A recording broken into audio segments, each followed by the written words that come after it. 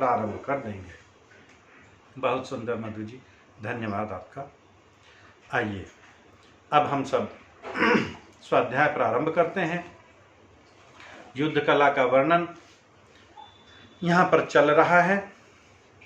9वें श्लोक का अर्थ, जो समभूमि में युद्ध करना हो तो रथ, घोड़े और पदातियों से, और जो समुद्र में युद्ध करना हो तो नौका और थोड़े जल में हाथियों पर, वृक्ष और झाड़ी में बाण तथा स्थल बालू में तलवार और ढाल से युद्ध करावें। यदि समतल भूमि पर युद्ध करना है तो किस प्रकार युद्ध करेंगे? रथ, घोड़े, पदातियों अर्थात जो पैदल सेना है उनसे युद्ध करेंगे। और जो समुद्र में युद्ध करना हो तो नौका, और जो थोड़ा जल हो तो हाथी पर बैठकर भी युद्ध किया जा सकता है। वृक्ष और झाड़ियों में तथा स्थल बालू में तलवार ढाल से युद्ध करें और करावें। जिस समय युद्ध होता हो उस समय लड़ने वाले को उत्साहित और हर्षित करें, अर्थात उसका मनोबल बढ़ाएं।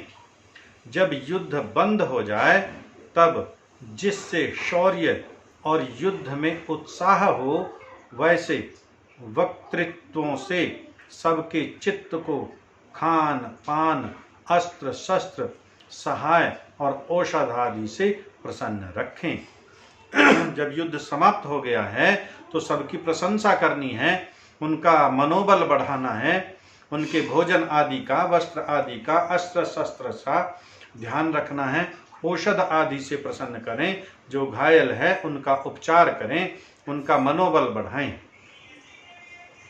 व्यूह के बिना लड़ाई न करें न करावें। व्यूह से सुरक्षा बनी रहती है, विजय की संभावनाएं ज्यादा रहती हैं और हानि कम होती है। इसलिए व्यूह के बिना लड़ाई न करें न कराएं। लड़ती हुई अपनी सेना की चेष्टा को देखा करें कि ठीक ठीक लड़ती है व कपट रखती है, यह भी देखना है। अपनी सेना पर ये दृष्टि रखनी है कि सैनिक लड़ तो हमारी ओर से ही रहे हैं, लेकिन पूरे मनोवेग से नहीं लड़ रहे हैं, अर्थात लड़ने का दिखावा मात्र कर रहे हैं। इस प्रकार की सेना ना हो या कोई सैनिक ना हो। किसी समय उचित समझें तो शत्रु को चारों ओर से घेर कर रोक रखें और इसके राज्य को पीड़ित कर शत्रु के चारा, अन्न, जल और ईंधन को नष्ट दूषित कर दें। शत्रु के भोजन आदि, चारा जो उसके पशुओं का चारा है, घोड़े, हाथी, ऊंटों का जो उसका भोजन है, उसको भी नष्ट कर दें। इस प्रकार जब उनका खाद्य सामग्री नष्ट हो जाएगी, सैनिकों को भोजन नहीं मिलेगा, घोड़ों को, हाथियों को भोजन नहीं मिलेगा, तो युद्ध कौन करेगा? शत्रु के तालाब, नगर के प्रकोट और खाई को तोड़ फोड़ दें। रात्रि में उनको त्रास भय देवें और जीतने का उपाय करें। ये सब उपाय जीतने के हैं, जितने भी हम कर सकते हैं, जिस पर हमारा उद्देश्य युद्ध में विजय प्राप्ति का है। तो शत्रु के तालाब, नगर के प्रकोट और खाई को तोड़ फोड़ दें, जिससे उसके सामने पानी की भी समस्या हो जाए। और रात्रि में उनको त्रास भय देने और जीतने का उपाय करें। डरावें विभिन्न प्रकार से, जीत कर उनके साथ प्रमाण अर्थात प्रतिज्ञा आदि लिखा लेवें। और जो उचित समय समझें तो उसी के वंशस्थ किसी धार्मिक पुरुष को राजा कर दें और उससे लिखवा लेवें कि तुमको हमारी आज्ञा के अनुकूल अर्थात जैसी धर्म युक्त राजनीति है उसके अनुसार चल के न्याय से प्रजा का पालन करना होगा। जब राजा पर विजय प्राप्त कर ली है तो उसको सशर्त छोड़ा जाता है, अर्थात उससे प्रतिज्ञाएं लिखवा ली जाती हैं, एग्रीमेंट, समझौता करा लिया जाता है। ऐसे उपदेश करें और ऐसे पुरुष के पास रखें कि जिससे पुनः उपद्रव ना हो, और जो हार जाए उसका सत्कार प्रधान पुरुषों के साथ मिलकर रत्नादि उत्तम पदार्थों के दान से करें। और ऐसा न करें कि जिससे उसका योग क्षेम भी ना हो। जो उसको बंदी ग्रह करें तो भी उसका सत्कार यथा योग्य रखें, जिससे वह हारने के शोक से रहित होकर आनंद में रहे, अर्थात उसको वैसी मानसिक पीड़ा ना हो। क्योंकि संसार में दूसरे का पदार्थ ग्रहण करना अप्रीति और देना प्रीति का कारण है, और विशेष करके समय पर उचित क्रिया करना और उस पराजित के मनोवांछित पदार्थों का देना बहुत उत्तम है।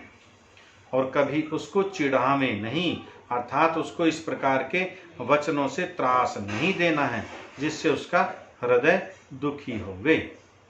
ना हंसी और ठट्ठा करें, ना उसके सामने हमने तुझको पराजित किया है ऐसा भी कहें, किंतु आप हमारे भाई हैं इत्यादि मान प्रतिष्ठा सदा करें। अगला श्लोक। हिरण्यभूमि संप्राप्त्या पार्थिवो नितथैधते, यथा मित्रं ध्रुवं लब्ध्वा कृशमाप्यायति क्षमम्। धर्मज्ञं च कृतज्ञं च दृष्टप्रकृतिमेव च, अनुरक्तं स्थिरारम्भं लघुमित्रं प्रशस्यते।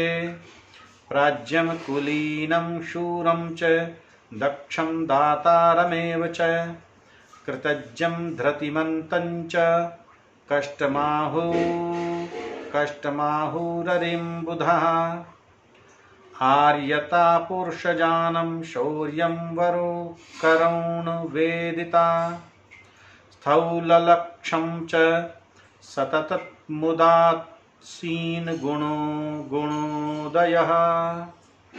मित्र का लक्षण यह है, राजा सुवर्ण और भूमि की प्राप्ति से वैसा नहीं बढ़ता जैसे निश्चल प्रेम युक्त भविष्यत की बातों को सोचने और कार्य सिद्ध करने वाले समर्थ मित्र अथवा दुर्बल मित्र को भी प्राप्त होके बढ़ता है। अर्थात राजा के पास स्वर्ण आदि भूमि आदि तो पर्याप्त है, लेकिन उसके मंत्री गण, उसके मित्र गण विद्वान नहीं है, धूर्त हैं, मूर्ख हैं, छली कपटी हैं, तो वह उस प्रकार नहीं बढ़ सकता। इसलिए राजा के जो मित्र हैं वो विद्वान होने चाहिए, भविष्यत की बात को सोचने वाले अर्थात विचारशील चिंतन करने वाले होने चाहिए, कार्य की सिद्धि करने वाले होने चाहिए। ऐसे मित्र होंगे तो राजा स्वर्ण आदि की अपेक्षा, भूमि आदि की अपेक्षा अधिक बढ़ेगा।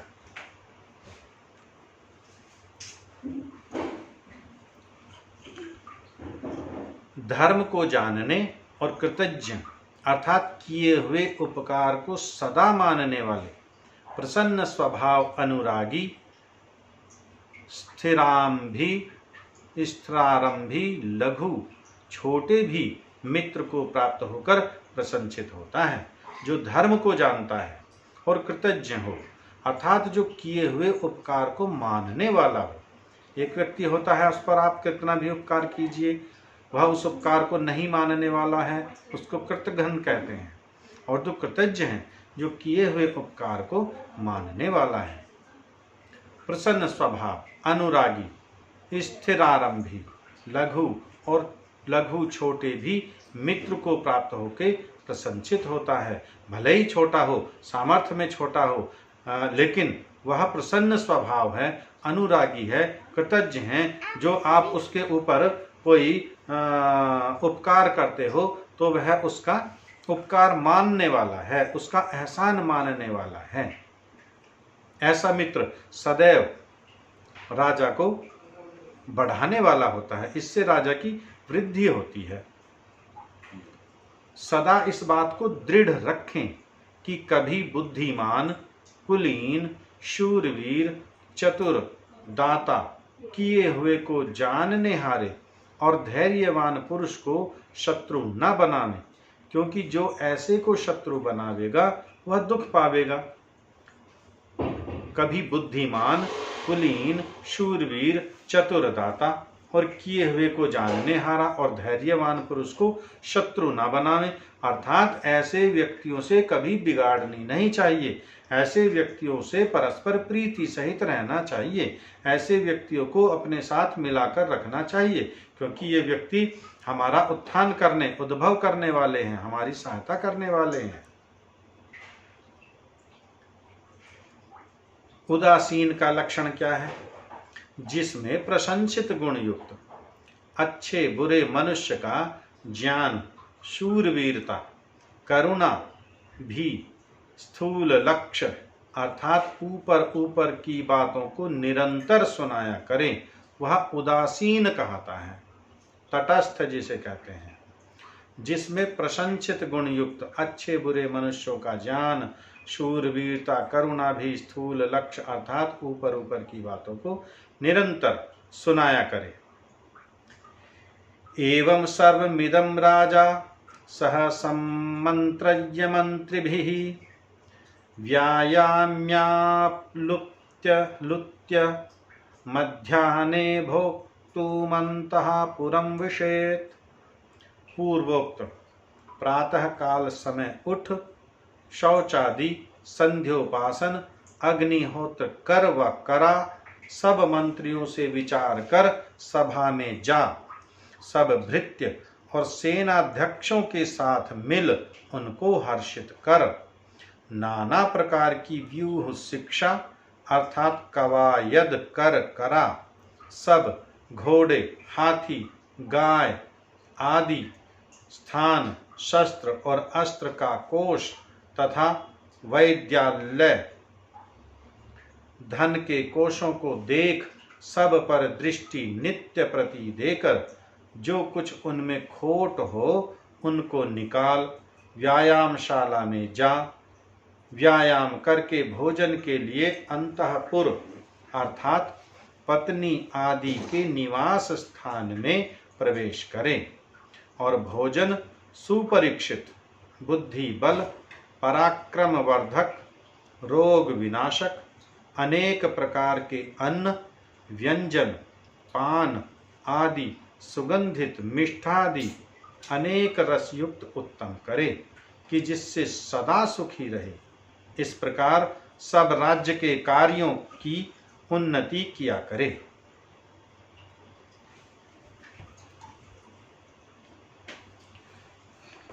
अब राजा का कर्तव्य देखिए, प्रातःकाल उठना, शौच आदि से निवृत्त होना, संध्योपासना करना, अग्निहोत्र करना व कराना।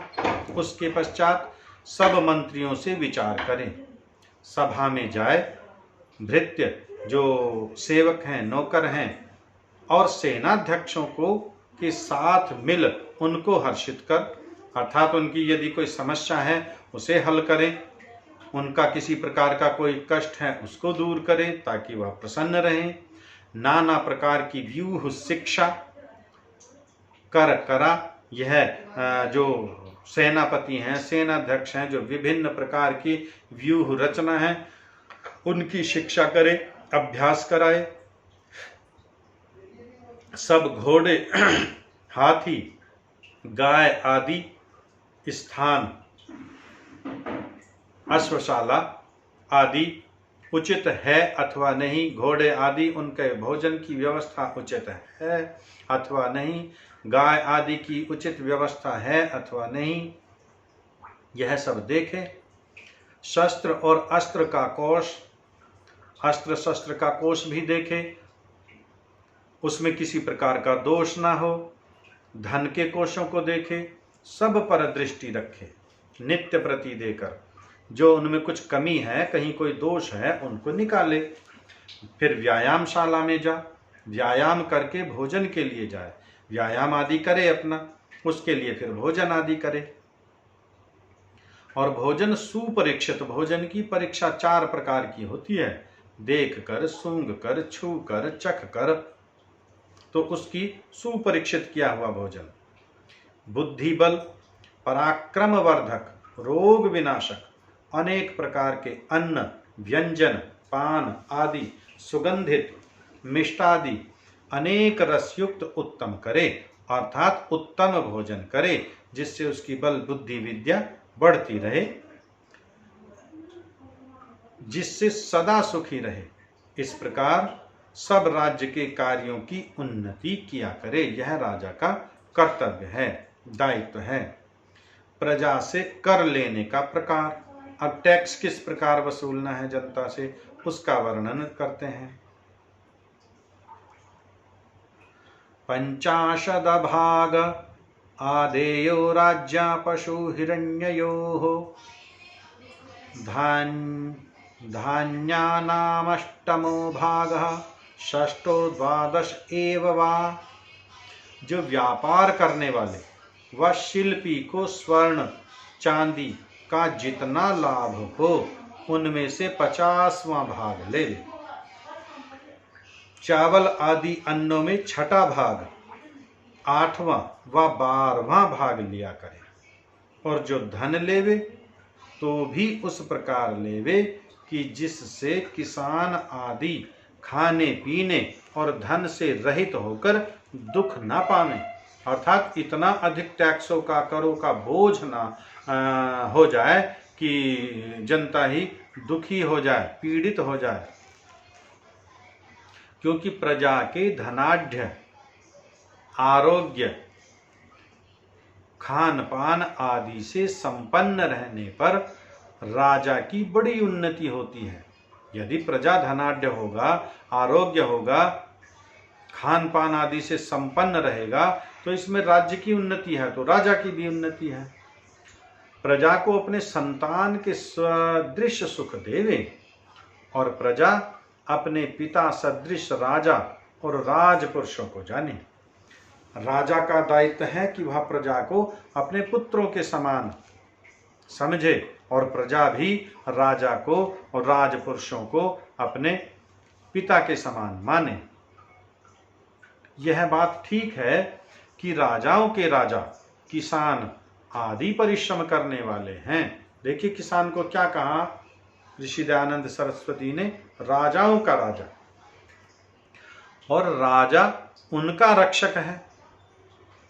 जो प्रजा न हो तो राजा किसका? यदि प्रजा ही नहीं होगी राज्य में तो फिर राजा किसका होगा? और राजा ना हो तो प्रजा किसकी कहावे? और यदि राजा नहीं है तो फिर यह प्रजा किसकी है? दोनों अपने अपने काम में स्वतंत्र और मिले हुए प्रीति युक्त काम में परतंत्र रहें। अपने अपने काम में दोनों स्वतंत्र हैं। जो राजा का काम है वह स्वतंत्र राजा का, जो प्रजा का कार्य है वो स्वतंत्र रूप से प्रजा का। लेकिन जो मिले हुए काम हैं अर्थात जो परस्पर सहयोग से होने हैं, उन दोनों में स्वतंत्र रहें।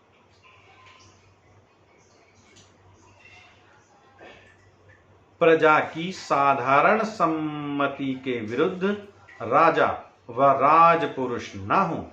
प्रजा की सम्मति के विरुद्ध राजा व राजपुरुष ना हो, अर्थात जो सभाएं बनेंगी उनके जो सभापति हैं या जो अन्य अधिकारी हैं वे सब प्रजा की अनुमति, सम्मति के अनुकूल हों।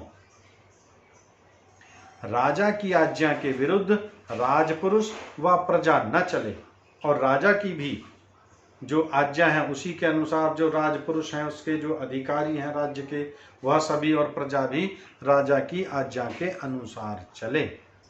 यह राजा का राजकीय निज कार्य अर्थात जिसको पॉलिटिकल कहते हैं संक्षेप से कह दिया। यहाँ पर राजा के जो कार्य क्षेत्र है उसके विषय में संक्षेप में बतला दिया। अब जो विशेष देखना चाहे वह चारों वेद, मनुस्मृति, शुक्र नीति, महाभारत आदि में देख कर निश्चय करे। और जो प्रजा का न्याय करना है वह व्यवहार मनुस्मृति के 8 और 9 अध्याय आदि की रीति से करना चाहिए, परंतु यहाँ भी संक्षेप में लिखते हैं। ये तो संक्षेप में ऋषि ने लिखा यहाँ पर। अब जो विस्तृत इसके विषय में जानकारी करना चाहता है वो चारों वेदों में है, मनुस्मृति में है, शुक्र नीति में है, महाभारत आदि में देख कर निश्चय कर ले। और जो प्रजा का न्याय करना है वह व्यवहार मनुस्मृति के 8वें और 9वें अध्याय में है। यहाँ भी संक्षेप में लिख रहे हैं। प्रत्यहं देशदृष्टैश्च शास्त्रदृष्टैश्च हेतुभिः 18 मार्गेषु निबद्धानि पृथक् पृथक् तेषामाद्यमृणादानं निक्षेपो स्वामी विक्रयः सम्भूय च समुत्थानं दत्तस्यानकर्म च वेतनश्चैव चादानं संविदश्च व्यतिक्रमा क्रय विक्रयनुषयो विवादः स्वामिपालयोः सीमा विवादधर्मश्च पारुषे दण्डवाचिके स्तेयं च साहसं चैव स्त्रीसंग्रहणमेव च स्त्रीपुं धर्मो विभागश्च द्यूतमाह्वय एव च पदान्यष्टादशैतानि व्यवहारस्थिता विहा येषु स्थानेषु भूयिष्ठं विवादं चरतां नृणाम्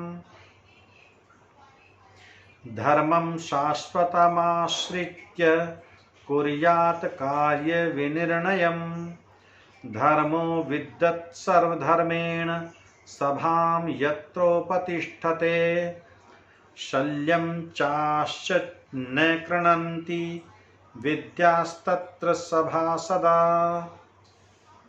सभावाना प्रवेष्टव्या वक्तव्यं वासं समञ्जसम् अब्रूवन् विब्रूवन् वापि नरो भवति किल्बिषी यत्र धर्मो ह्राधर्मेण सत्यं यत्रानृतेन च हन्यते प्रेक्षमाणानां हस्तास्तत्र सभासदः धर्म एव हतो हन्ति धर्मो रक्षति रक्षितः तस्मात् धर्मो न हन्तव्यो मानो धर्मो हतो वधीत् वृषो हि भगवान् धर्म